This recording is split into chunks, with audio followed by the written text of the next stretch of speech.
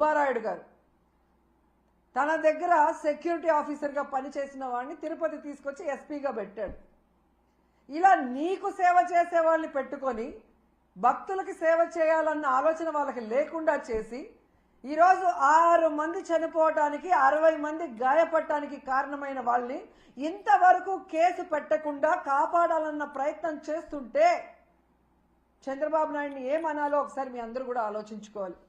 ఎందుకంటే దీంట్లో వీళ్ళందరితో పాటు మొదటి ముద్దాయిగా చంద్రబాబు నాయుడు గారిని పెట్టాలి. ఎందుకంటే ఒక పక్క మోడీ గారి మీటింగ్ జరుగుతుంది, దానికి ఉన్న పోలీసులంతా అటుపోయారు.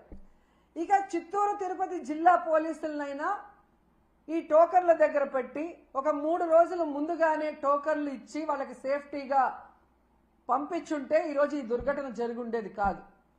కానీ 9వ తేదీ టోకన్లు ఇస్తామని చెప్పి అది 8వ తేదీ సాయంత్రానికే ప్రీపోన్ చేసి 6, 7, 8 చంద్రబాబు నాయుడు కుప్పంలో కూర్చొని ప్రోగ్రాం చేసుకుంటూ పోలీసుల్ని అధికారుల్ని తన చుట్టూ తిప్పుకొని వాళ్ళని పని చేయకుండా చేసి 6 మందిని చంపేసి ఇప్పుడు అధికారుల తప్పిదమంటే ఇది తప్పించుకోవడం కాదా?